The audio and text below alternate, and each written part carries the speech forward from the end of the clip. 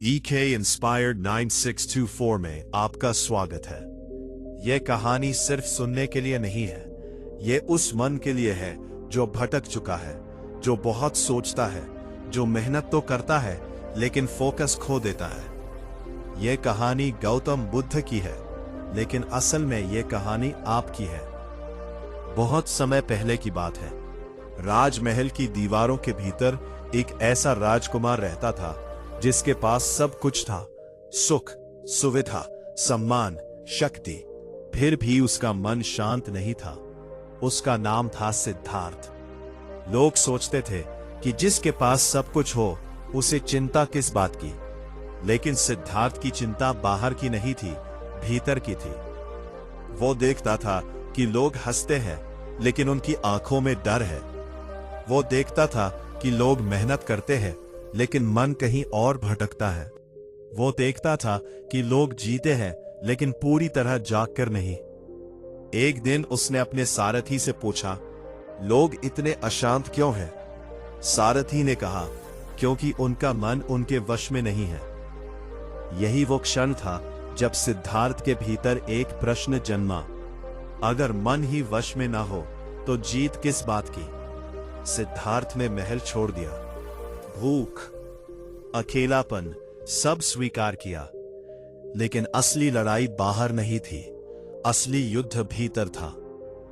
मन कभी अतीत में भागता, कभी भविष्य में, कभी पछतावे में, कभी डर में। कई बार वो ध्यान में बैठता और कुछ ही क्षणों में मन भाग जाता। वो समझ गया, मन को वश में करना तलवार से युद्ध जीतने से भी कठिन है। कई साधु मिले, किसी ने कहा शरीर को कष्ट दो, किसी ने कहा इच्छाएं मार दो, लेकिन सिद्धार्थ ने देखा कष्ट देने से मन और विद्रोही हो जाता है। एक दिन अत्यंत थकान में वो पीपल के वृक्ष के नीचे बैठ गया। उसने कहा, आज या तो मन को समझूंगा या यही समाप्त हो जाऊंगा।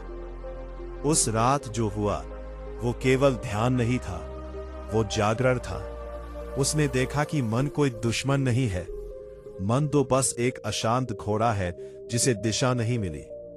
जैसे ही उसने मन को दबाने की जगह देखना शुरू किया, जैसे ही उसने विचारों से लड़ना छोड़ा, मन धीरे धीरे शांत होने लगा। विचार आते थे लेकिन वो उनसे चिपकता नहीं था, वो उन्हें आने देता, जाने देता हुआ।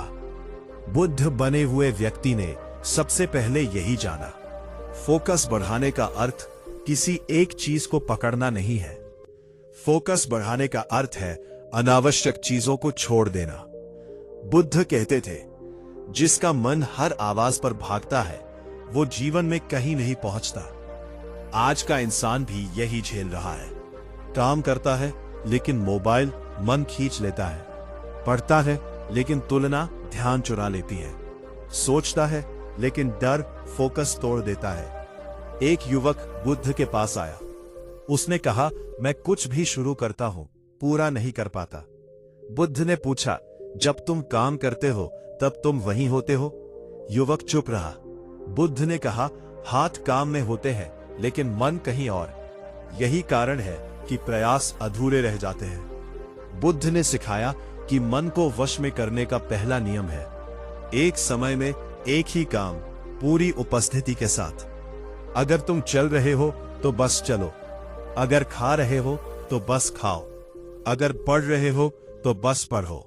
मन को भविष्य में मत भेजो, मैं मत बांधो। उन्होंने यह भी कहा, जो व्यक्ति हर समय परिणाम के बारे में सोचता है वह वर्तमान की शक्ति खो देता है। फोकस तब टूटता है जब हम जल्दी चाहते हैं, जब हम तुलना करते हैं, जब हम डरते हैं कि लोग क्या कहेंगे। बुद्ध कहते थे, धैर्य वह आग है जिसमें फोकस तपता है। एक बार किसी ने पूछा, मन को कितनी देर नियंत्रित करना चाहिए? बुद्ध मुस्कुराए और बोले, जितनी देर तुम सांस लेते हो। अर्थ साफ था, मन पर नियंत्रण कोई एक बार की साधना नहीं, यह रोज की जागरूकता है। उन्होंने यह भी सिखाया कि मन को खाली करना जरूरी नहीं, मन को स्पष्ट करना जरूरी है। आज तुम जो भी बनना चाहते हो, सफल, शांत, मजबूत, उसकी शुरुआत मन से ही होगी। अगर मन बिखरा है तो जीवन बिखरा है। अगर मन स्थिर है तो रास्ते खुद बनते हैं। बुद्ध ने अंत में यही कहा, अपने मन को मित्र बना लो, दुनिया अपने आप सरल हो जाएगी। यह कहानी यही नहीं रुकती। जाने कैसे बुद्ध की शिक्षाएं आज के समय में पढ़ाई, करियर, पैसा और लक्ष्य पर लेजर जैसा फोकस बनाती है। बुद्ध जब बोध को प्राप्त कर चुके थे तब उनका जीवन पूरी तरह बदल गया था, लेकिन उन्होंने कभी यह नहीं कहा कि अब जीवन में कोई संघर्ष नहीं होगा। उन्होंने बस इतना कहा कि अब संघर्ष मन के बाहर नहीं, भीतर सुलझाया जाएगा। एक दिन एक युवा उनके पास आया। उसकी आंखों में थकान थी, चेहरे पर बेचैनी। उसने कहा, मैं बहुत मेहनत करता हूं, लेकिन मेरा ध्यान टिकता नहीं। मन बार बार भटक जाता है, कभी डर, कभी लालच, कभी तुलना। बुद्ध ने उसे ध्यान से देखा और बोले, तुम मन को दोष दे रहे हो, लेकिन क्या तुमने कभी उसे समझने की कोशिश की? युवा ने कहा, मन तो मेरा दुश्मन है। बुद्ध मुस्कुराए और बोले, मन दुश्मन नहीं है, वह तो एक बच्चा है। अगर उसे दिशा ना दो तो वह हर चमकती चीज की ओर भागेगा। बुद्ध ने उसे नदी के किनारे बैठाया, बहते पानी की ओर इशारा करके कहा, देखो, पानी बह रहा है, लेकिन नदी शांत है। विचार भी ऐसे ही है, वे आते जाते रहेंगे, लेकिन अगर तुम खुद को नदी मान लो तो बहाव तुम्हें नहीं डुबोएगा। यह समझ बहुत गहरी थी। मन को वश में करने का मतलब विचारों को रोकना नहीं है, बल्कि उनसे अपनी पहचान अलग करना है। बुद्ध कहते थे, तुम्हारा मन तुम्हारी सेवा के लिए बना है, लेकिन तुम उसके गुलाम बन गए हो।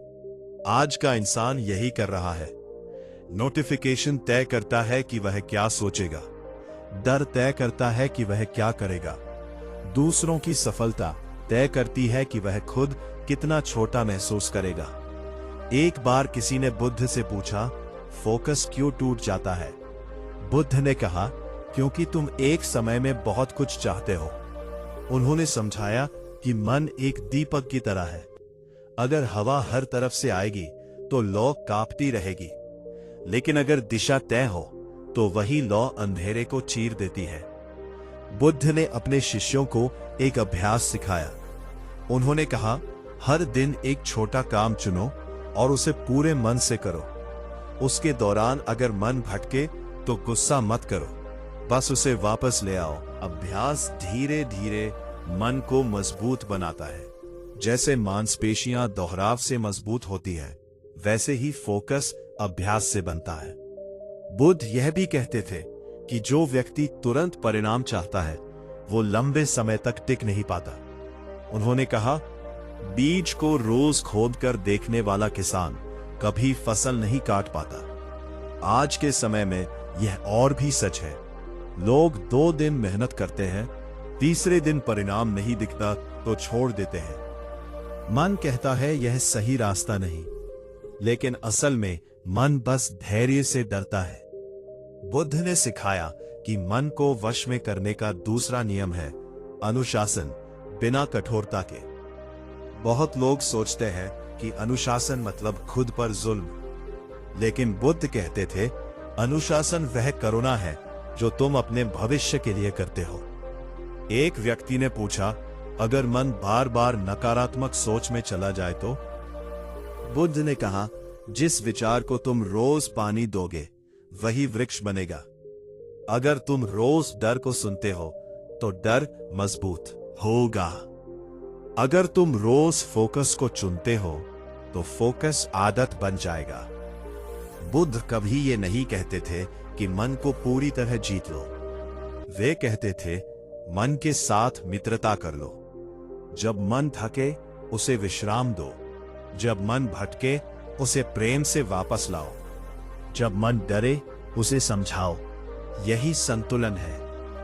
बुद्ध ने अंत में अपने शिष्यों से कहा, जो व्यक्ति अपने मन को संभाल लेता है उसे दुनिया संभालनी नहीं पड़ती, क्योंकि बाहरी परिस्थितियां हमेशा बदलती रहेंगी, लेकिन जिसके भीतर फोकस है वो हर परिस्थिति में आगे बढ़ता है।